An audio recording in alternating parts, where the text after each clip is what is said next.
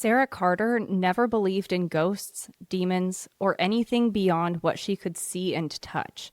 She was a woman of reason, a mother who prided herself on being practical. But all of that changed the day her daughter, Emily, started whispering to the dark.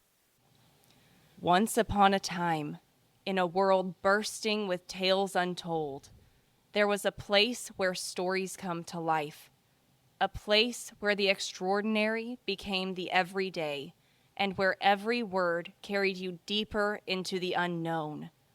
This was not an ordinary place. It was a sanctuary for storytellers, dreamers, and wanderers alike. Welcome to all things Storybound, where imagination has no limits and every tale takes you on an unforgettable journey. Here we unravel mysteries, delve into the fantastic, and explore the depths of the human heart. So whether you seek a gripping twist, a heartwarming revelation, or a world unlike any you've ever known, you're in the right place. Sit back, open your mind, and let us take you beyond the bounds of reality. Let the story begin.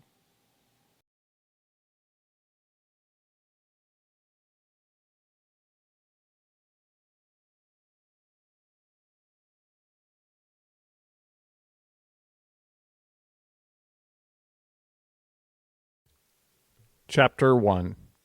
It started subtly, too subtle for Sarah to notice at first.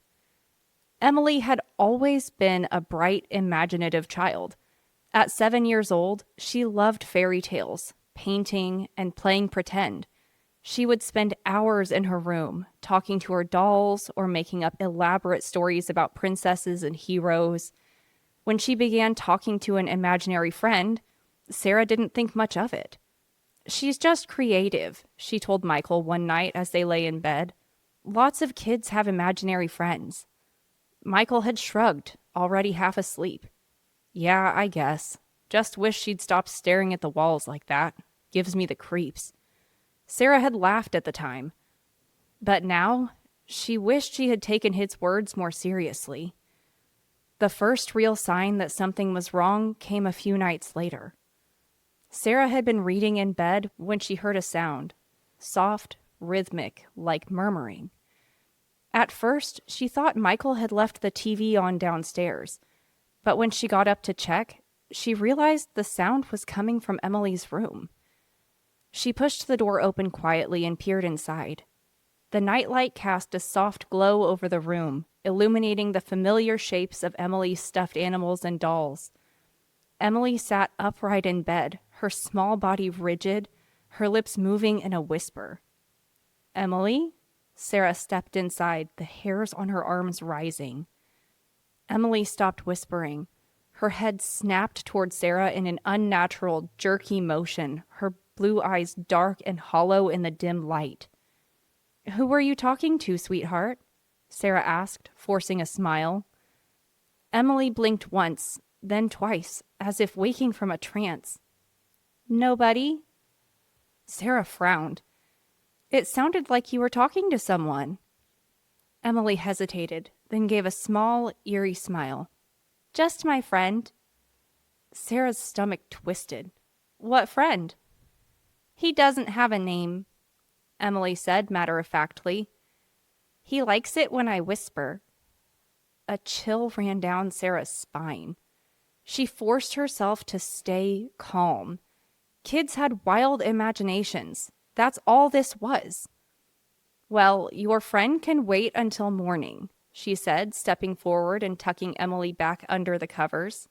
"You need sleep." Emily just nodded, her eyes lingering on the dark corner of the room as Sarah kissed her forehead and turned off the light. The whispers didn't stop. Each night, they grew louder, more distinct. At first, they were soft and indistinguishable, like a conversation held just beyond Sarah's ability to hear. But by the end of the week, she could make out certain words. "Come closer. I see you. Don't tell." One night, Michael heard it too. Sarah woke up to find him sitting upright, staring at their bedroom door. "Do you hear that?" he whispered. Sarah listened. There it was, the murmuring. A soft, raspy voice drifting down the hall from Emily's room. Sarah threw the blankets off and hurried toward the noise. When she pushed open the door, she found Emily sitting cross-legged in the middle of her bed, her back straight as a board. Her lips moved, but her voice wasn't her own. It was deeper, layered, as if multiple voices spoke at once. "Emily?" Sarah's voice came out shaky. Emily turned to look at her. Her face was eerily calm, but her eyes were wrong. The bright blue Sarah knew so well was now clouded, dark, unfocused. "Sweetheart, who are you talking to?" Emily blinked, her lips curling slightly. "He's listening." Sarah swallowed. "Who's listening?" Emily pointed to the corner of the room where shadows pooled unnaturally in the dim glow of nightlight. Michael had followed behind Sarah, his voice tense. "There's no one there, baby." Emily giggled, a sound that sent ice through Sarah's veins. "Not anymore." It only got worse from there. Emily started changing in ways Sarah couldn't explain. She became withdrawn, spending hours in her room without playing or talking. When Sarah tried to ask her about it, she would only give vague, unsettling answers. "I don't like the light anymore," she said one morning over breakfast, staring at the sunlit window with disinterest. "That's silly," Michael chuckled. "You love the sunshine." Emily didn't reply. Instead, she stared down at her plate and whispered something under her breath. "What was that, sweetheart?" Sarah asked. Emily looked up at her with a strange little smile. "Nothing." Then there were the drawings. Sarah found them scattered across Emily's room, crude, childlike sketches drawn in black crayon. They started as simple shapes, dark scribbles that could have been anything. But then they became more detailed. One showed a tall, faceless figure standing at the foot of Emily's bed. Another depicted a little girl, Emily, holding hands with something that looked like a shadow with too many arms. The worst one was a picture of their family. Sarah, Michael, and Emily were drawn in simple stick figure form.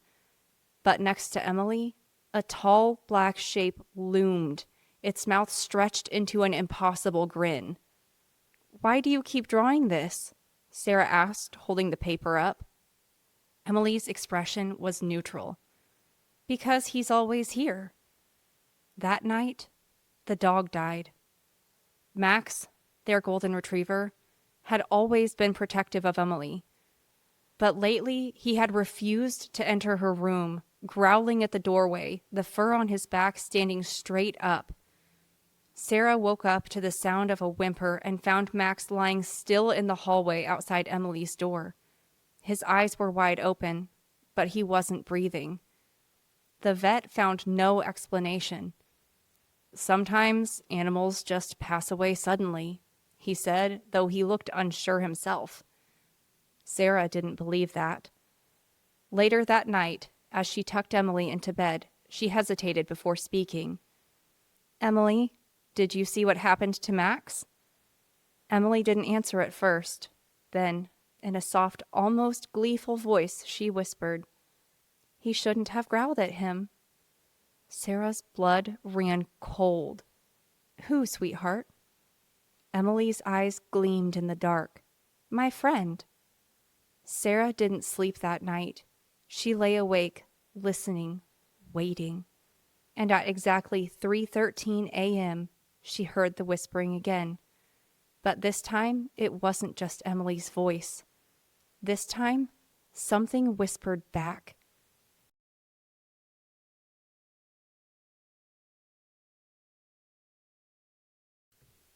Chapter 2. Sarah barely slept after that night. Each time she closed her eyes, she heard the whispers again. Low, raspy voices threading through the walls, winding around her like a sinister lullaby. But the worst part wasn't the voices. It was Emily. She was changing. Sarah had read about kids going through phases, but this was different. Emily, who had once been full of energy and laughter, now moved like a marionette with tangled strings. Her steps slow and deliberate, her head tilting at unnatural angles as if she were listening to something just beyond human hearing. She barely ate. She barely spoke. And when she did, the words were strange. "Mommy," Emily whispered one morning, sitting at the breakfast table. She hadn't touched her cereal. Sarah, pouring coffee, glanced at her. "Yes, baby." Emily didn't meet her gaze. She was staring at her hands, rubbing her small fingers together absent-mindedly. "Did you know that bones are soft when we are born?" Sarah frowned, setting the coffee pot down. "What?" Emily lifted her head, her blue eyes clouded. "But when we die, they get hard again. Did you know that?" A chill crawled up Sarah's spine. "Where did you hear that?" she asked carefully. Emily blinked, as if confused by the question. Then she smiled, a slow, unsettling stretch of her lips. "He told me." Sarah's throat went dry. "Who told you?" Emily giggled, her fingers still rubbing together. "You never listen." Michael wasn't taking it seriously. "She's just acting out," he said that night, brushing a hand through his dark hair. "Kids go through weird phases." "This isn't a phase," Sarah insisted. "She's talking about death like it's nothing, and she isn't Emily anymore." Michael sighed, rubbing his temples. "You're exhausted. You haven't been sleeping. You're reading too much into this." Sarah clenched her fists, trying to keep her voice steady. "Then explain the whispering. Explain the shadows. Explain why our dog just died out of nowhere." Michael shook his head. "Sarah, we don't know that has anything to do with this." "Then why won't she go near Max's bed?" she shot back. Michael hesitated, glancing toward the stairs. "I don't know," he admitted. "But we'll figure it out." Sarah stared at him. He wasn't getting it. He wasn't hearing what she was hearing. "I'm calling someone," she said finally. Michael frowned. "Who?" "I don't know," she muttered. "A doctor, a priest, someone. Something is wrong with her, Michael." Michael exhaled slowly, then nodded. "Okay," he said reluctantly. "But let's start with a doctor, all right? No need to jump to extremes." Sarah nodded, but she wasn't convinced. She already knew this wasn't something a doctor could fix. The next day, they took Emily to Dr. Spencer, a pediatrician who had seen her since birth. The doctor was warm, kind, patient. She ran all the tests, asked the right questions. Emily, however, was eerily quiet. She didn't fidget, didn't squirm. She just stared. "Emily," Dr. Spencer said gently, kneeling to eye level, "how have you been feeling lately?" Emily's lips barely moved. "Fine." The doctor smiled. "Your mommy tells me you've been talking to a new friend. Can you tell me about him?" Emily's head tilted slightly. "He's always been here," she said simply. The doctor glanced at Sarah, who sat stiffly in the chair, hands clasped.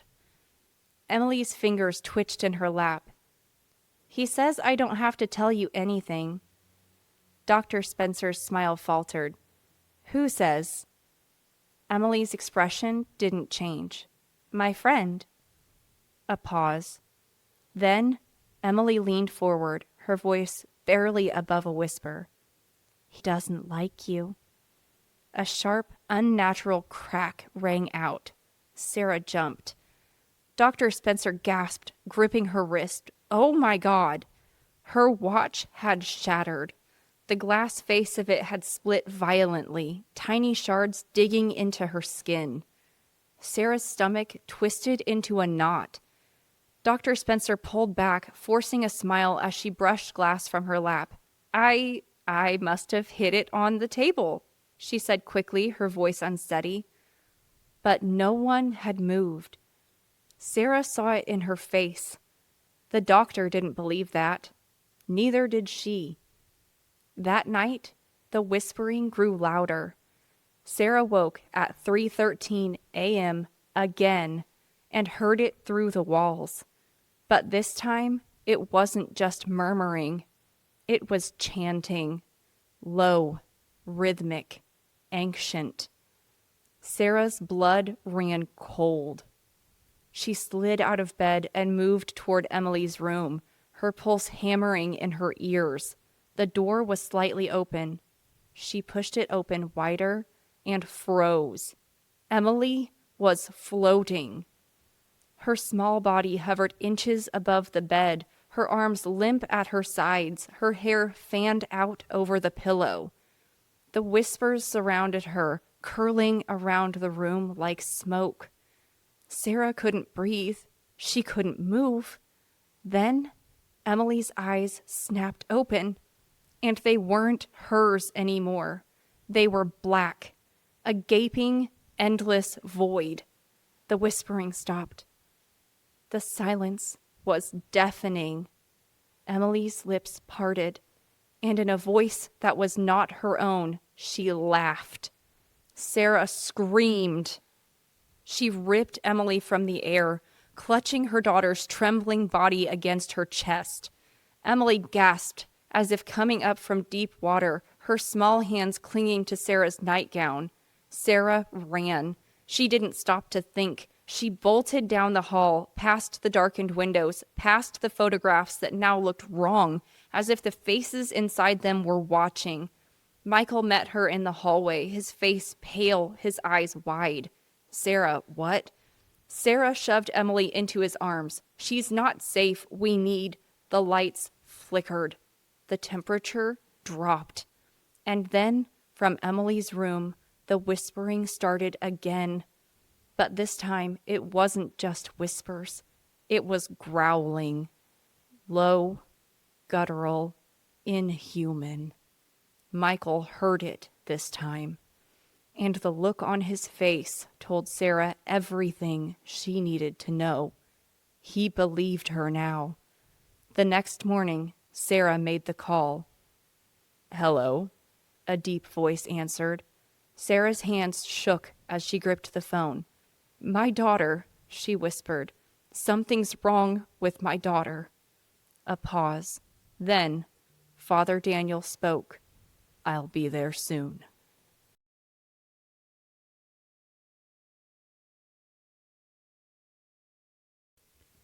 Chapter 3. The moment Sarah hung up the phone, the house felt heavier. The air itself thickened, pressing down on her chest like an invisible weight. Even though it was early morning, the rooms were dimmer, as if the sunlight hesitated to enter. Emily hadn't spoken since last night. She sat at the kitchen table, her small hands folded neatly in her lap, staring at the blank wall. She hadn't touched her breakfast. She hadn't even blinked in several minutes. Sarah stole a glance at Michael, who was pacing back and forth, running a hand through his disheveled hair. The events of the night before had left him shaken, the disbelief he once clung to now completely shattered. "Where is he?" Michael muttered. "You said the priest was coming, right?" "He said he'd be here soon," Sarah whispered back. She didn't know why she was whispering. It just felt necessary, because something was listening. At exactly 10:06 a.m., a car pulled up outside. Sarah practically sprinted to the door, wrenching it open before Father Daniel had even stepped onto the porch. He was a tall, weathered man in his late 50s, dressed in a black cassock, a simple silver cross hanging from his neck. His eyes, piercing and serious, scanned her face in an instant. "You're Sarah Carter?" She nodded quickly. "Yes, please come in." Father Daniel stepped inside, and immediately his expression darkened. This house, he murmured, trailing off. He turned his gaze to the ceiling, inhaling deeply. There is something here. Sarah felt a rush of cold air snake through the hallway. She swallowed. You feel it too? He nodded, then turned to her. Where is your daughter? Sarah hesitated, glancing over her shoulder toward the kitchen. She's in there, but she's different. Father Daniel squared his shoulders. Let's see her. The moment he entered the kitchen, Emily's head snapped toward him. Sarah felt her stomach drop. Emily had been staring at the wall for hours, motionless, vacant. But the second the priest arrived, it was as if she had been aware of him all along, and she smiled, a slow, knowing smile. Hello, Father, Emily said sweetly. Michael stiffened. Father Daniel didn't react.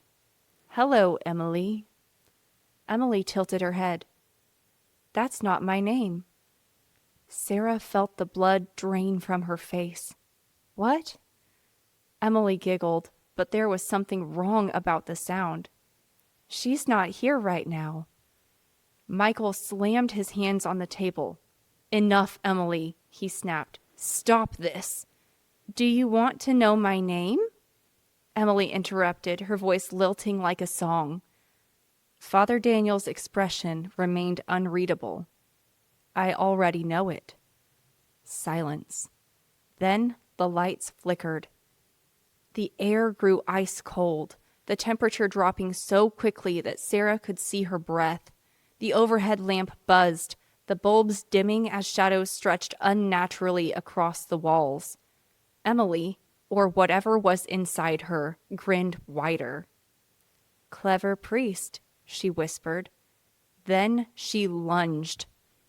Michael barely managed to yank Sarah back as Emily's small body slammed into Father Daniel, her strength unnatural, her fingers curled like claws. The priest stumbled but didn't fall. Instead, he raised his hand, pressing the silver cross against Emily's forehead. She screamed.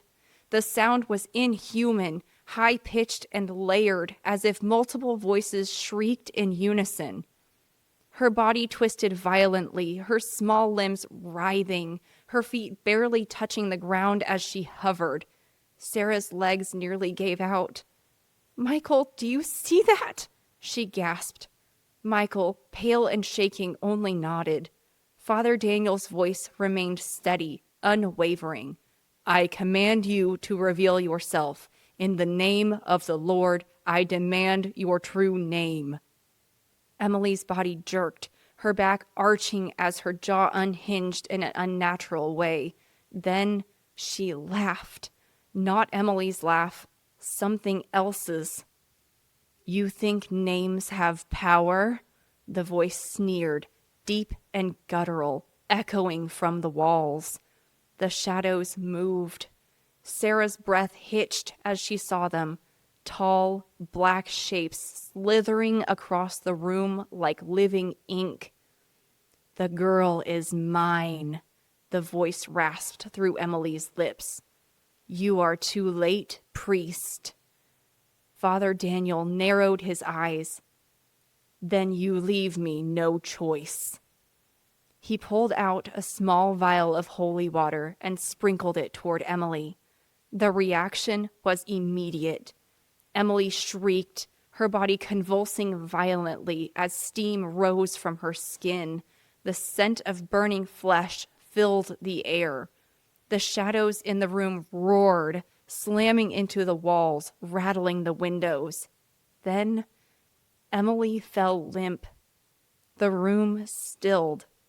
Sarah, gasping for breath, rushed forward. Emily! She touched her daughter's face, still warm, still breathing. Emily's eyes fluttered open. For a split second, Sarah thought, hoped, that it was over. But then Emily's lips barely moved, and in the deepest, most inhuman voice Sarah had ever heard, she whispered, We are not finished. That night, Father Daniel sat with them in the living room, his hands steepled in thought. Sarah and Michael sat opposite him, their nerves frayed, their bodies trembling from exhaustion. She's possessed, isn't she? Michael finally said. Father Daniel nodded gravely. Yes. Sarah swallowed, gripping her arms. But how? Why? The priest sighed. Possession does not happen randomly. It requires a gateway, an opening. Sarah's mind reeled. A gateway? He nodded. Something allowed this entity into your daughter's life. It could be a place, an object, or an event. Sarah's pulse quickened. The house. She turned to Michael.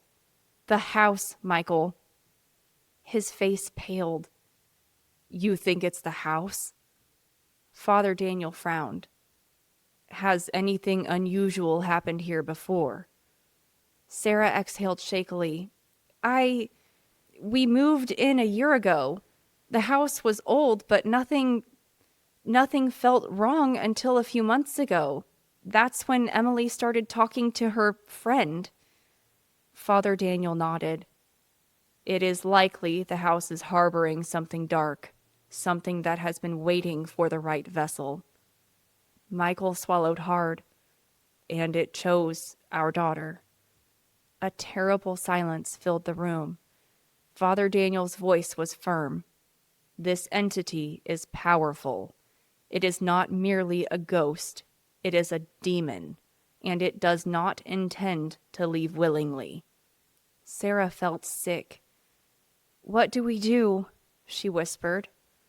The priest met her gaze, his expression unyielding. We fight. Sarah gripped Michael's hand. She already knew. The real battle was just beginning.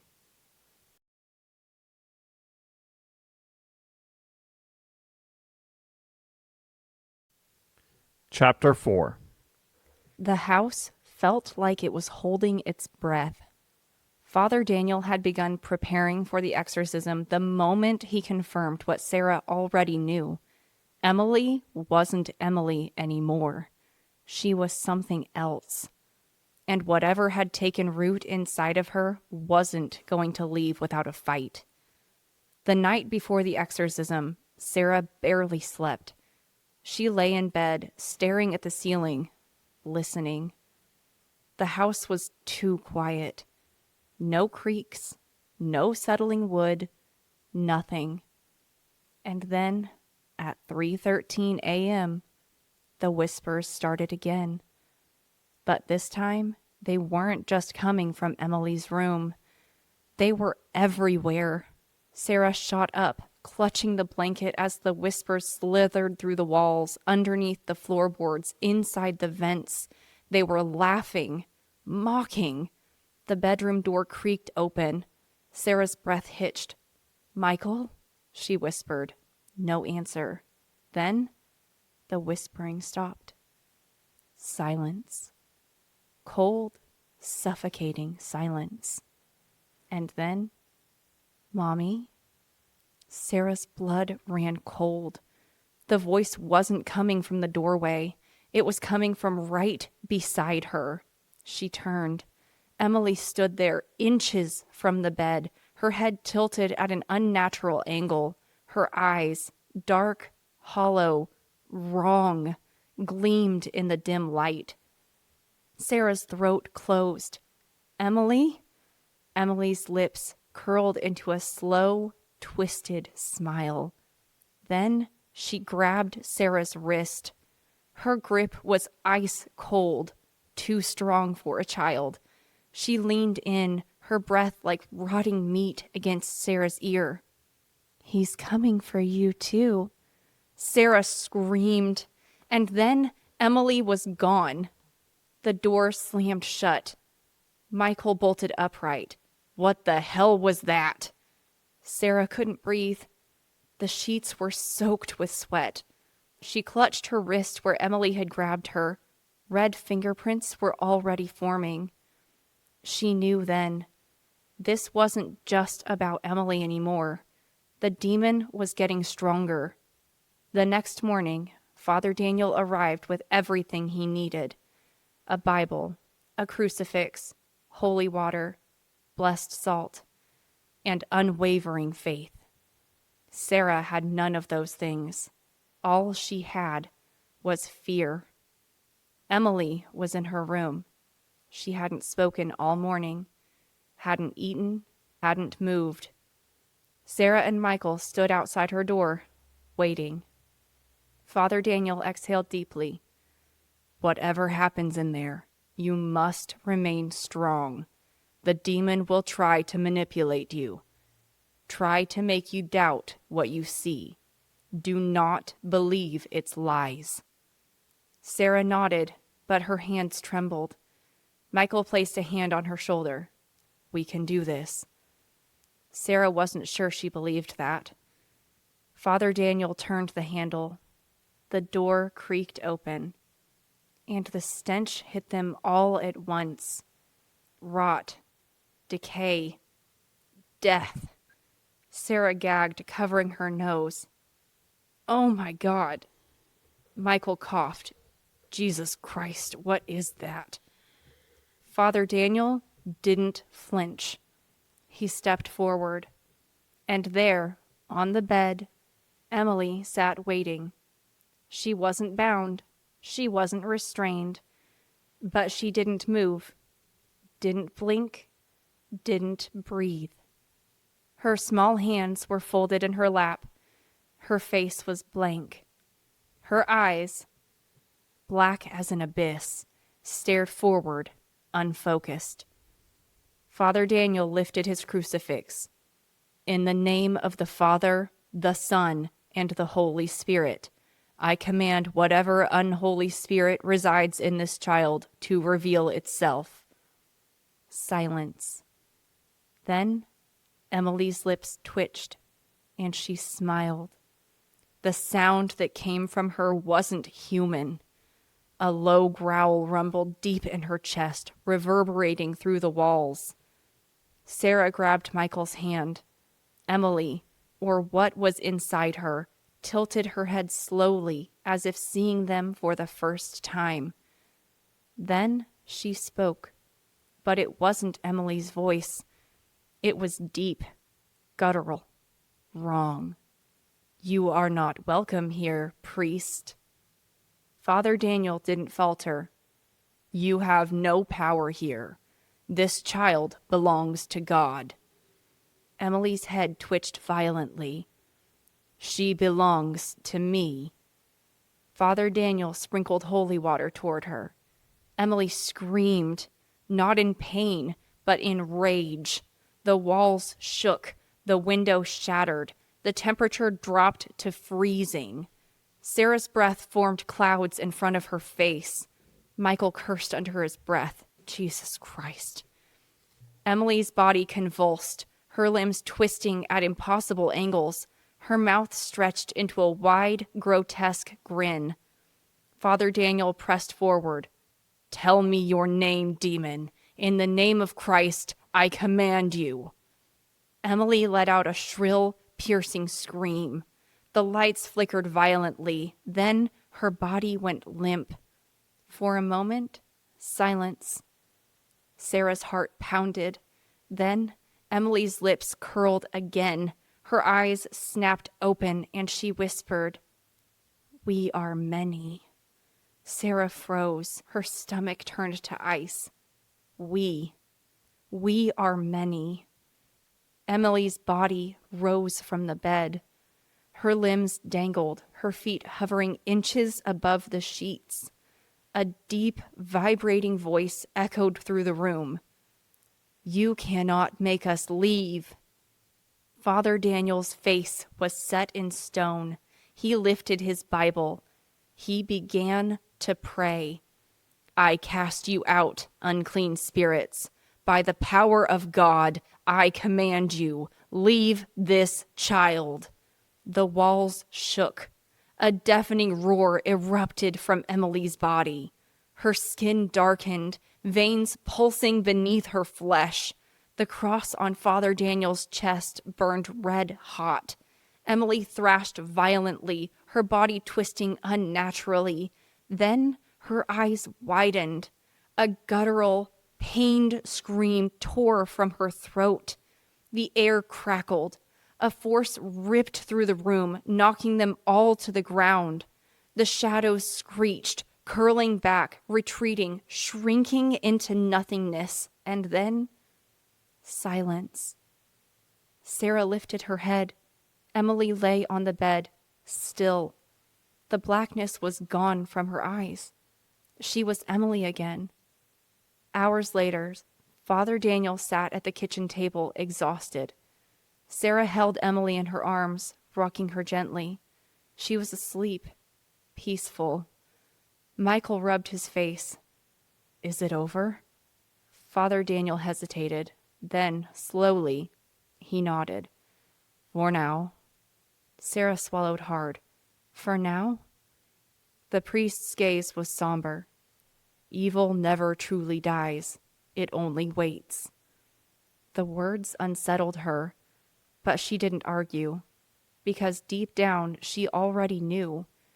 Emily was safe, for now, but something had opened a door, and doors, once opened, are never so easily closed.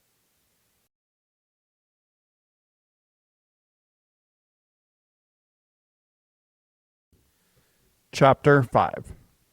The house was silent. For the first time in weeks, there were no whispers in the walls, no shadows stretching unnaturally in the corners, no eerie giggles or cold drafts slithering through the rooms. But the silence didn't feel comforting. It felt wrong. Sarah sat at the edge of Emily's bed, watching her daughter sleep. Her small chest rose and fell with soft, steady breaths, her face peaceful, normal. And yet, Sarah couldn't shake the feeling that something wasn't right. Father Daniel had left hours ago. Before he walked out the door, he had given Sarah and Michael one last warning. "Watch her closely. If anything seems strange, call me immediately." Sarah didn't need to be told twice. She had seen things that couldn't be explained, felt things she never wanted to feel again. But the question that haunted her the most wasn't how they had survived. It was why. Why had the demon left so easily? Why had it surrendered? Was it really gone? Or was it just waiting? The next morning, Sarah woke up to the sound of laughter. Real, genuine laughter. For the first time in weeks, Emily sounded like herself. Sarah rushed downstairs, her heart racing. She found Emily sitting at the breakfast table, swinging her legs and munching on a piece of toast. Michael stood behind the counter, pouring coffee, his expression tired but relieved. "Good morning, Mommy," Emily chirped, grinning up at her. Sarah nearly broke down in tears. Her little girl was back. For the rest of the day, everything felt normal. Emily played outside in the yard, her laughter ringing through the crisp autumn air. She drew pictures again, normal pictures. Flowers, sunshine, animals. No more shadowy figures, no more eerie faces. She even asked Sarah to tuck her in that night like she always used to. And for the first time in a long time, Sarah felt hopeful. Maybe, just maybe, the nightmare was over. Sarah woke up suddenly. She didn't know why. Maybe she got so used to waking up at 3:13. The room was dark, the house completely still. Michael was asleep beside her, his slow, rhythmic breathing the only sound. Then, a soft creak echoed from the hallway. Sarah's body tensed. She turned toward the bedroom door. Another creak. Soft, deliberate footsteps. They were coming from Emily's room. Sarah's pulse skyrocketed.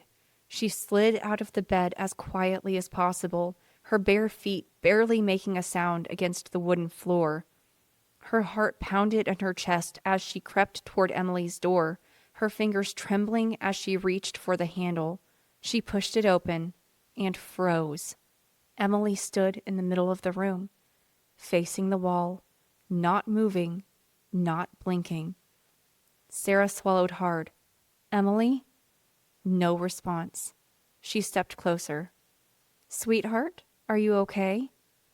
Emily's small shoulders twitched. Then slowly, too slowly, she turned her head toward Sarah and smiled. Sarah's breath hitched.